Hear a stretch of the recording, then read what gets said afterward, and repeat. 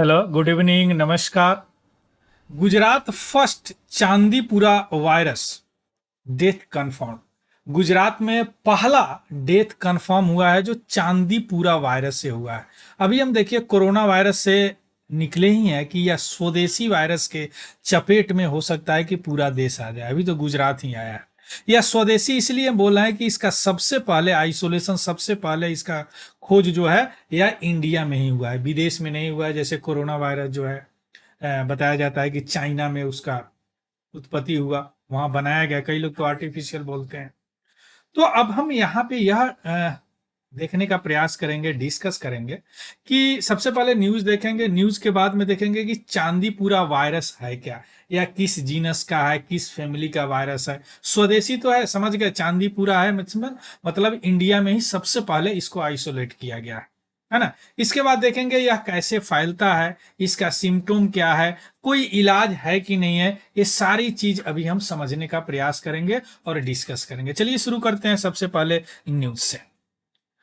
15 बच्चे जो है 10 जुलाई से लगातार का डेथ हो गया है। अब पता चल रहा है कि वह चांदीपुरा वायरस ही था। क्यों? चूंकि 17 जुलाई 2024 को national institute of virology NIV जो पुणे में है, वह कंफर्म किया है कि हाँ, इसमें से 4 साल की जो लड़की है उसकी मौत इस वायरस से हुआ है। 29% और भी अभी तक है जो कि इस वायरस से कांटेक्ट में आ चुके हैं। क्लियर? अब ऐसी बात नहीं है कि 2024 में ही चांदीपुरा वायरस का आउटब्रेक प्रकोप बढ़ा है, या इसका जो पहला जो आउटब्रेक है चांदीपुरा वायरस का वह 2003-4 में रिपोर्ट किया गया था। वह सेंट्रल इंडिया में मुख्यतः महाराष्ट्र, गुजरात, आंध्र प्रदेश में यह फैला था, जिसके कारण उस समय 300 से ज्यादा चिल्ड्रन, बच्चों की मौत हो गई थी। क्लियर? चांदीपुरा वायरस। अभी गुजरात की स्थिति बड़ा भयावह है, इस तरह का हॉस्पिटल का स्थिति हो रहा है ना। अब हम आते हैं कि यह वायरस है क्या। चांदीपुरा वायरस, यानी इसको इन शॉर्ट बोलते हैं CHPV। यह चांदीपुरा जो वायरस है यह रैबिडोविरिडे परिवार का वाइसिकुलो जीनस का एक वायरस है। देखिए, यह फैमिली है इनका, इस फैमिली का इस जीन का से यह संबंध रखता है। वाइसिकुलो वायरस जीन से संबंध रखता है, और रैबिडोविरिडो फैमिली का, इसी फैमिली का रेबीज वायरस आता है, इसी फैमिली से बिलोंग करता है रेबीज वायरस। तो याद रखिएगा किस फैमिली का होता है, रैबिडोविरिडे फैमिली का, और वेसिकुलो वायरस जीनस है इसका, है ना। एक फैमिली में कई जीन होते हैं ना, तो उसका एक जीनस है ना। इससे यह बिलोंग करता है, या चांदीपुरा वायरस।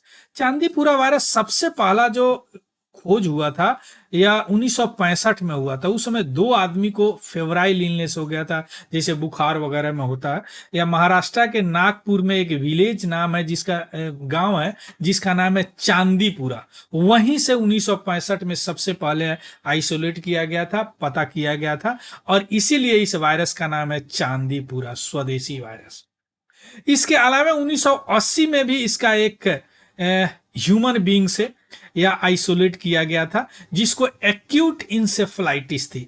इंसेफ्लाइटिस मीन्स होता है क्या कि उसके ब्रेन का ऊतक तक फूल जाता है, सूजन आ जाते हैं, जिससे कोमा तक आदमी चला जाता है और मर भी जाता है। एक्यूट इंसेफ्लाइटिस, है ना। एक मध्य प्रदेश के पेशेंट को हुआ था, जिससे बाद में पता चला कि वह वायरस चांदीपुरा वायरस के कारण ही हुआ था। 2017 में WHO ने इसको प्रायोरिटी डिजीज में डाला है कि मे बी यह खतरनाक हो सकता है आने वाले फ्यूचर में। क्लियर? क्या सीखे? यह रैबिडोविरिडे फैमिली का परिवार का वैस्कुलो वायरस इस जीनस से या बिलोंग करता है, जिससे रेबीज वायरस इसी फैमिली से है। यह महाराष्ट्र के नागपुर में एक गांव है चांदीपुरा, वहीं से यह वायरस सबसे पहले देखा गया था, आइसोलेट किया गया था, खोजा गया था 1965 में। That's why it is called Chandipura virus, यानी पूरी तरह स्वदेशी वायरस। उसके बाद 1980 में भी इस वायरस को देखा गया था मध्य प्रदेश में, है ना। अब हम आते हैं कि यह इसी तरह वायरस होता है। अब हम देखते हैं वायरस फैलता कैसे है, या कैसे फैलता है। देखिए, यह वेक्टर बॉर्न वायरस है। मीन्स वेक्टर बॉर्न मीन्स, मान लीजिए कि यह कोई रिपोजिटरी है वायरस का, कहीं भी वायरस हो सकता है। तो यह वायरस डायरेक्ट कांटेक्ट नहीं होता है ह्यूमन बीइंग से। अब ह्यूमन बीइंग में फैलाने के लिए एक सहायक की जरूरत पड़ती है जिसको वैक्टर बोलते हैं, यानी विदाउट वैक्टर या वायरस आदमी तक नहीं पहुंचेगा। जैसे पैरासाइट क्या होता है, मलेरिया जो जो होता है वह पैरासाइट में होता है, परजीवी में होता है। और परजीवी गंदे जगहों पे होते हैं, वहां पे मच्छर बैठते हैं और मच्छर के पैर में वह जो परजीवी फैल के और यहाँ ह्यूमन को काटता है, ह्यूमन बीइंग को हो जाता है। यहाँ पे अब मच्छर उसके कारण नहीं हुआ, मच्छर क्या हो गया, वैक्टर हो गया, यानी मच्छर उसको फैलाया। डेंगू के साथ भी यही होता है। तो यह जो वायरस है वैक्टर बॉर्न है, समझ गए ना। वैक्टर बॉर्न मीन्स कोई एक बीच में है जो आदमी तक पहुंचा रहा है, वह डायरेक्ट नहीं जा रहा है। तो यह जो चांदेपुरा वायरस है, दो वेक्टर इसका अभी तक पता चला है। एक है सैंड फ्लाई। सैंड फ्लाई एक तरह का मक्खी होता है, इंसेक्ट होता है, जो कि नॉर्मली रेतीले जगहों में पाए जाते हैं। फ्लैबेटोमाइन और सर्जेंटोमिया, याद रखिएगा क्या है, फ्लैप्टोमाइन एंड सर्जेंटोमिया। फ्लैप्टोमाइन एंड सर्जेंटोमिया, 2-4 बार बोलेंगे याद हो जाएगा। सैंड फ्लाई के कारण यह फैलता है, यह वायरस। अब यह वायरस का, इसमें वायरस होता नहीं है, दिस इज द इंसेक्ट, एक बड़ा सा मक्खी का प्रकार होता है, सैंड फ्लाई है। यह उस वायरस को ह्यूमन बीइंग तक पहुंचाता है। और यह जो दोनों सैंड फ्लाई है वो अर्ली मानसून सीजन में ही होते हैं, जैसे अभी का सीजन चल रहा है, अर्ली मानसून सीजन। तो यह वैक्टर बॉर्न है। अब वैक्टर का नाम क्या है, फ्लैप्टोमाइन सैंड फ्लाई और सर्जेंटोमिया। हालांकि लेबोरेटरी में ऐसा चेक किया गया है कि एडिस इजिप्टी जो डेंगू फैलाता है, यह वैक्टर है डेंगू फैलाने वाला, यह भी बड़ा इफिशियंटली इस वायरस को फैला सकता है, ऐसा चेक किया गया। लेकिन कोई एविडेंस आपको ऐसा नहीं मिला है कि यह मॉस्किटो या मच्छर ही फैलाया है। हालांकि फैला सकता है, because in the laboratory condition में ऐसा पाया गया है कि highly susceptible and could transmit the virus more efficiently, फैला सकता है। बट इसका कोई अभी रिपोर्ट नहीं, इससे कोई किसी तरह का रिपोर्ट नहीं मिला है। क्लियर। तो दो ही है, फ्लैप्टोमाइन सैंड फ्लाई और सर्जेंटोमिया। वैक्टर बॉर्न मीन्स कोई एक सहायक होता है जो उसको फैलाता है। जैसे आपने देखा अभी मलेरिया का, मलेरिया क्या है, प्रोटोजोआ है। प्रोटोजोआ को कौन फैला रहा है, मच्छर फैला रहा है। क्लियर। अब हम आते हैं, देखिए यही है जो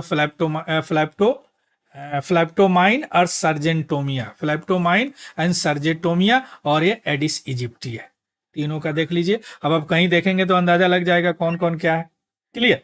अब हम आते हैं कि इसका सिम्टोम क्या है, सिम्टोम क्या है, लक्षण क्या है। चांदीपुरा से अगर कोई इन्फेक्ट होता है तो उसको, या इसको बोला जाता है इंसेफ्लाइटिस कॉजिंग वायरस। अब इंसेफ्लाइटिस क्या होता है शुरू में बताएं, या एक ऐसी लक्षण है, इसका मतलब होता है इंसेफ्लाइटिस का वैसा इन्फेक्शन जो कि ब्रेन का टिश्यू तक स्वेल कर जाए, है ना, ब्रेन का टिश्यू तक फूल जाता है, स्वेलिंग हो जाती है, इन्फ्लेमेशन हो जाता है, इन्फ्लेमेशन को स्वेलिंग बोलते हैं, है ना। तो यह चांदीपुरा का इन्फेक्शन इतना तगड़ा होता है। इसके अलावा और लक्षण में ऑनसेट फीवर, शाम को अचानक फीवर हो जाएगा, उसके बाद वोमिटिंग, काय वगैरह होने की। Altered sensorium, sensorium mental status अचानक से चेंज होने लगा, कॉन्शियसनेस चेंज होने लगेगा, दिन है कि रात है, कभी कुछ बोलने लगेगा। कन्वल्सन मीन्स ऐंठन वगैरह होने लगेगी। डायरिया, दस्ती वगैरह होने लगेगी। न्यूरोलॉजिकल डिफिसिट हो जाएगा, बोलने में तकलीफ होने लगेगी, है ना, बैलेंस बिगड़ने लगेगा, आंख से दिखना बंद हो जाएगा।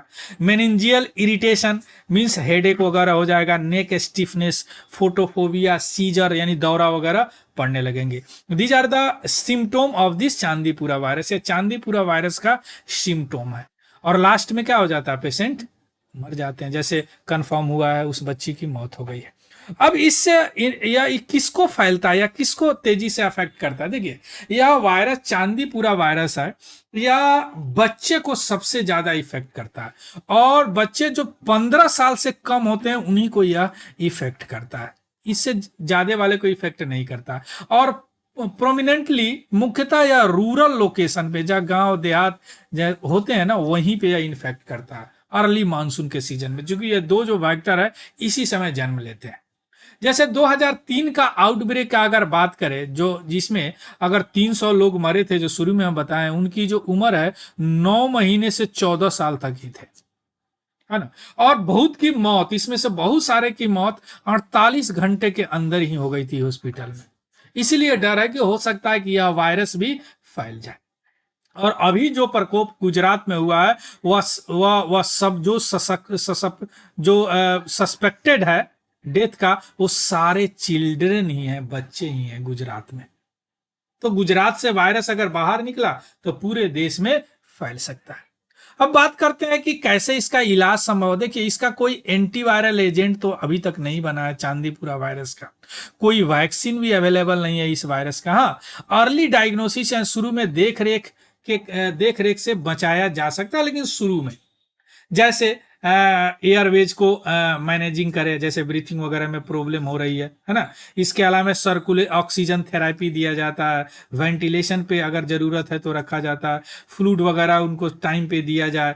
हाइपरेक्सिया यानी हाइपरेक्सिया, हाइपर रेक्सिया का मतलब होता है हाइपरफ्रेक्सिया, मीन्स बुखार 106 डिग्री से ज्यादा हो जाए तो उसको हाइपरप्रेक्सिया। इस कंडीशन में कुछ देख रेख होते हैं, जो ट्रीटमेंट होते हैं, उससे उनको बचाया जा सकता है। अगर बात करें इसका ट्रीटमेंट, तो इसका ना ही कोई एंटीवायरल एजेंट अभी तक बना है, ना ही कोई वैक्सीन अवेलेबल है। कोई प्रिकॉशन से बचाया जा सकता है। क्लियर।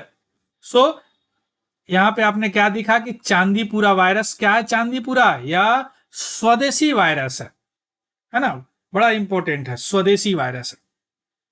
या क्यों होता है, किस वायरस से होता है, किस फैमिली का है, कि जीनस का है, क्या सिम्टोम है, इसका इलाज है कि नहीं, है सभी अभी हम डिस्कस कर चुके हैं। इसका पीडीएफ या पीडीएफ मैं टेलीग्राम चैनल है मेरा तिवारी जनरल स्टडी, वहां पे डाल दूंगा, वहां से आप देख सकते हैं, वहां से उसको भी ज्वाइन कर लेंगे। अगर इन्फॉर्मेटिव लगा हो तो प्लीज लाइक शेयर और सब्सक्राइब करना नहीं भूलेंगे। So thank you, have a good day and happy learning. Thank you very much. Comment जरूर कीजिएगा।